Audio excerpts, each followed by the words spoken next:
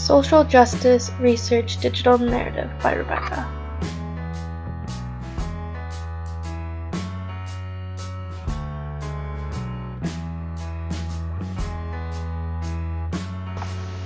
I will be taking a different approach to examining sexism in K-12 school. So I will be showing a few examples of what I had seen from my own eyes being in preschool through to grade 12. First, we will be looking at what I can compare from when at a younger age. So most advertisements you see are advertised with a specific gender, not both genders. So the first example I have here is a little boy playing with blocks. So this associates that little girls should not be playing with blocks, which I experienced in my own personal experience when going to school. It was like, oh, you can play with the Barbies now and such like that. My next example is the My Cleaning Trolley Kit, and on the box you can see it says girls only. So they're trying to tell young little girls that they're supposed to be cleaning, not playing with blocks, not getting their hands dirty, kind of looking after the men. And then the next picture kind of just shows you advertised with two young girls. And then we have a cars picture which has two little boys and they're playing with cars. So once again, there's that advertisement, or you see in schools, that boys can only play with boys' toys and girls can only play with girl toys, when in reality it really doesn't matter. And then lastly, we have this kitchen set. So in this kitchen set, we see a girl advertised into it. We have very bright colors, which are usually associated with girls, going back and comparing to the cars one, there's a lot of dark colors. So it's kind of saying if you have light colors like pinks, that it's a girl toy, and if you have dark colors like dark reds or blues, then it's a boy color. Now I would like to look at examples from a middle school and high school aspect. So the majority of the gender separation and sexism I find more in the sports teams. Yes, I understand that they are at different levels and that's why there are the two separate teams, but really comparing what the outfits are. So my first example here is a basketball team. The gentlemen are all straight-faced, not enjoying themselves. As for the girls, they seem more cheery and more of like, this is how it's supposed to be, that they're even just happy that they're at least allowed to play for the sport. And the next example I have is cheerleading. As you can see in this picture, that they're all females. But most importantly, what they're wearing, short skirts, like they're showing all their body off, and cheerleading is associated with only being a girl thing to do, right? Not a guy thing, when clearly there are guy cheerleaders out there. The next example is the opposite of that, football. So you see all these football players, straight face, game players, because they're meant to be shown as strong, fearless, beating the other teams. This one I believe is a really important one, is the volleyball difference between guys' uniforms and females' uniforms. So as you can see in the guys' uniforms, shorter sleeves, long pants, very covered and very more comfortable to play in. As for the girls, you can see short shorts, spandex, tight shirts.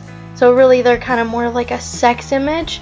And why don't we get more of a comfortable wardrobe? Why does ours have to be more of a sex image, is my main reason here. Now a good question to ask is, how does this affect the classroom and the students? From looking at preschool, young age grades where you have toys in the classroom that are justifying what gender role should be doing what, and then as you get as an older grade, especially in sports, the uniforms really identify what the main image is going across.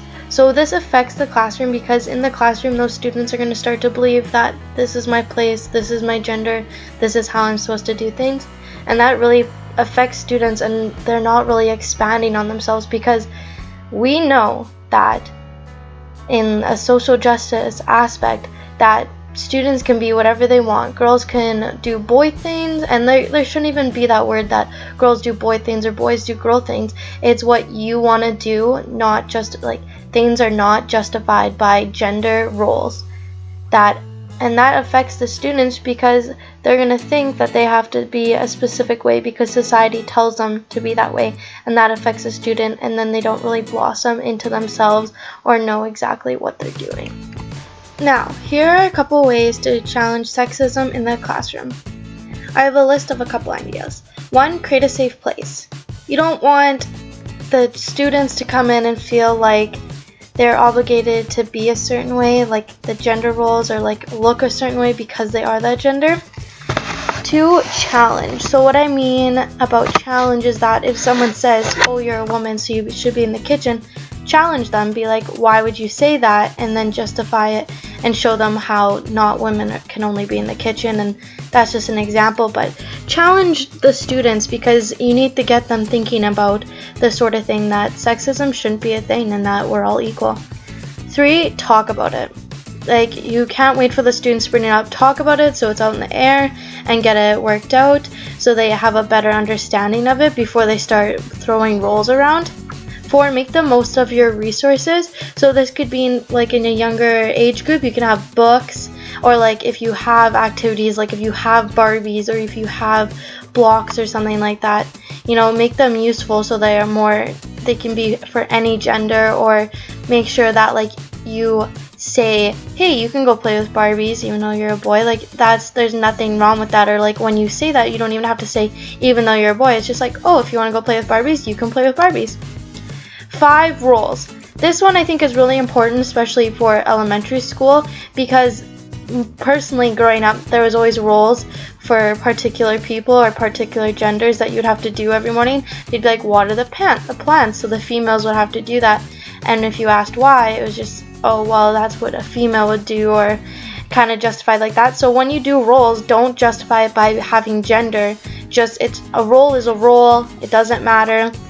And 6, other ways. Watch the way you word things around the students. So girls do this, boys do this, she did this. What's like, how about we do this? So there's other ways where you can associate, like watching what you say, talking to the students, making them feel comfortable. You want the classroom to be safe. You want the students to feel comfortable, and that really is how you can get social justice in the classroom as well. You want a diverse classroom. You want to talk about those things. You want a flowing classroom, and you want everyone to be equal, have those same rights, and you want everyone to love each other, love school, love education.